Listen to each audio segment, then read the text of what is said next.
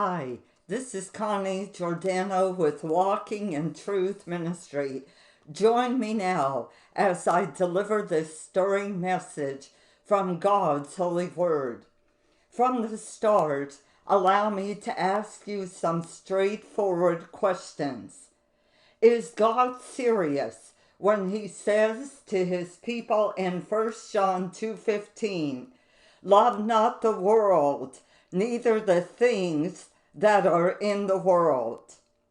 How about when he says in 2 Corinthians 6:17, "Wherefore come out from among them, and be ye separate, saith the Lord, and touch not the unclean thing"? Does he really mean that? What about the command in Revelation 18:4-5, which says, "Come out of her, my people, that ye be not partakers of her sins, and that ye receive not of her plagues. For her sins have reached unto heaven, and God hath remembered her iniquities"? Does God really mean this? Is he still calling for separation from the world for his people in 2021? Or has he changed? What does the Bible say? Malachi 3:6 gives you the answer by saying, "For I am the Lord, I change not." And on top of that, in order to make you aware that God was in no way kidding about his call for separation, he gave you 3 words in Luke 17:32. Those 3 words are, "Remember Lot's wife." In this message, let's examine this short warning to see exactly what the Holy Spirit is saying to the church today. It is in Genesis 13:12 where we first read of Abram's nephew Lot and his move to Sodom. "And Lot dwelt in the cities of the plain and pitched his tent toward Sodom." Verse 13 immediately informs us of the type of community that Lot moved into when it says, "But the men of Sodom were wicked and sinners before the Lord exceedingly." In other words, they were exceeding great sinners, guilty of the most notorious crimes. They were addicted to the most scandalous and unnatural lusts that could be thought of. And they committed these perverted acts openly and publicly in God's sight in the most daring and impudent manner, in defiance of him and without any fear or shame.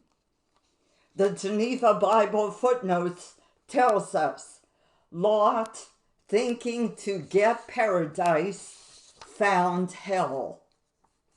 Also, Genesis 18:20 confirms that Sodom's sin was very grievous.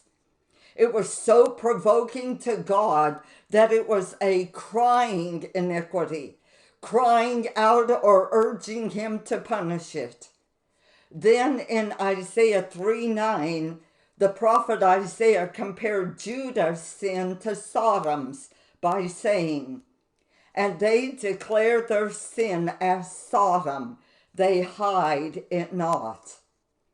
In other words, they committed openly, boasting of it without fear or shame. Besides the abominable sins of homosexuality and sexual perversion, the prophet Ezekiel also listed pride, fullness of bread, and abundance of idleness as Sodom's iniquities before the Lord. Their hearts were lifted up against God and man. They lived in luxury and in temperance. They were secure in having plenty neither fearing God's wrath nor man's sword. They were busy in the affairs of this life. They lived in security, peace, and tranquility, with no fear of future trouble. We find this to be true by Jesus' words in Luke 17:28 when he said, "Likewise also as it was in the days of Lot, they did eat, they drank, they bought, they sold, they planted, they builded." Despite the immoral condition of Sodom, Lot became a ruling elder in the city of vile sinners.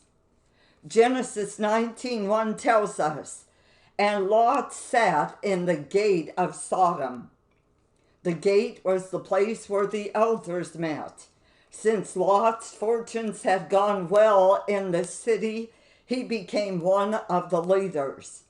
However, despite his prosperity and luxurious lifestyle, 2 Peter 2:7 tells us that he was vexed with the filthy conversation of the wicked. His soul was constantly troubled by what he saw and heard.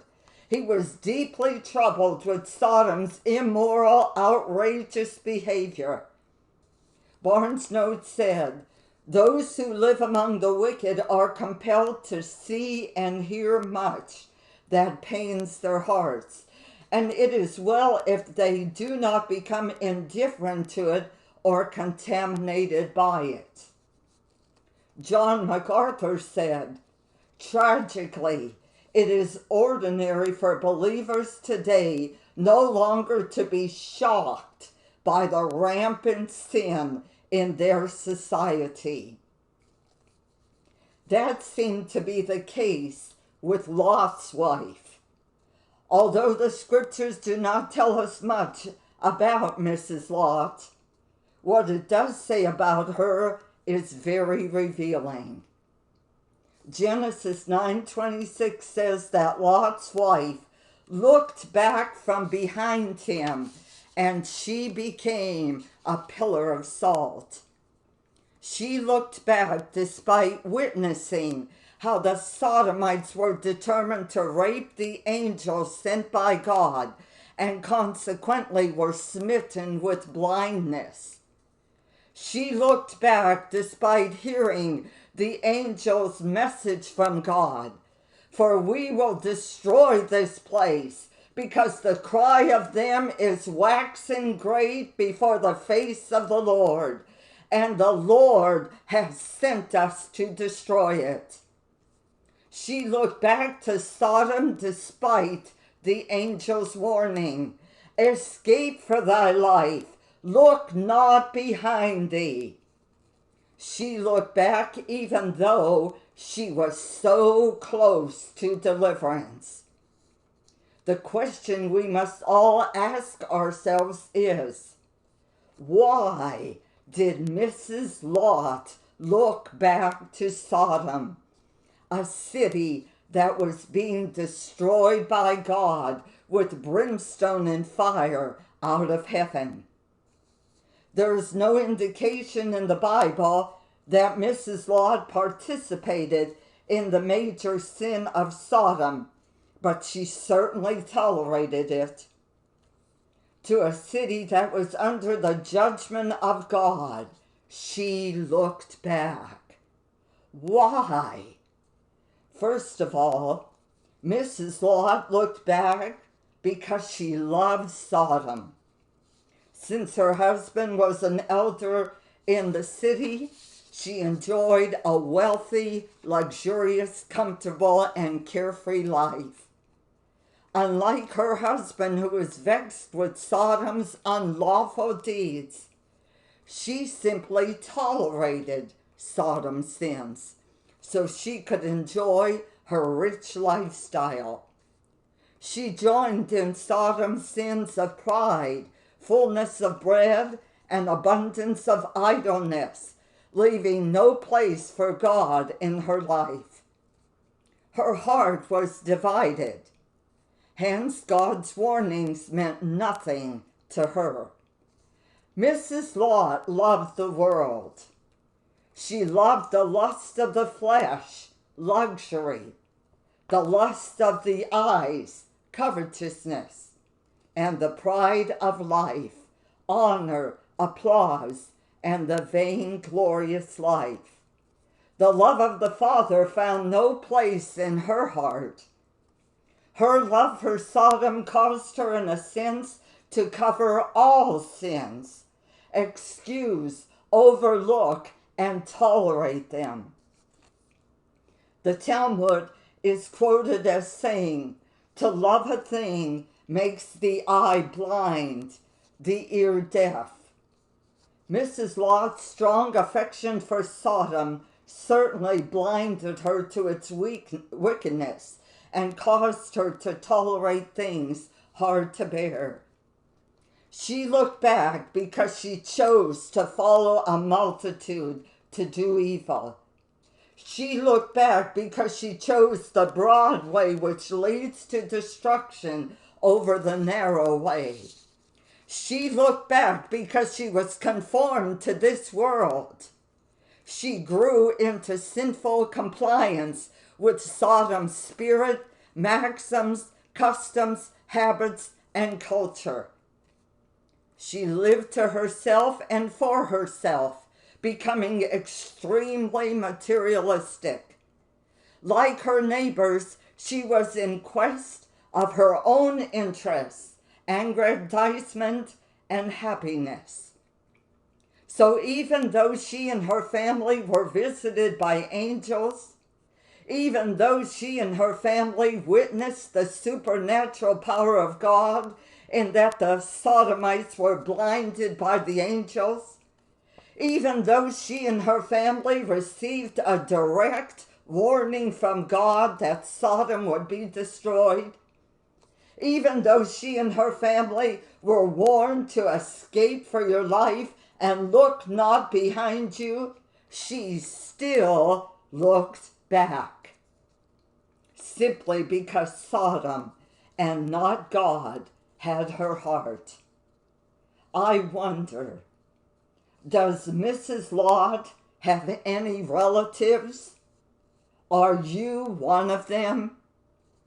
Are you in such compliance with your Sodom that you cannot hear and see the evil in your culture, nor the consequential judgment of God set against it? Are you willingly deaf to God's warnings to come out of Sodom and separate yourself from its wicked culture? Are you one who is not vexed with it, does not speak out against it, does not take a stand against it, but like Mrs. Lot, tolerates, excuses, and overlooks it so that you can enjoy your carefree life? Mrs. Lot perished on the threshold of deliverance. Her attachment to Sodom was so powerful that nothing, absolutely nothing, not the supernatural power of God, not a visitation from angels, nor a direct warning from God, could pull her away from Sodom.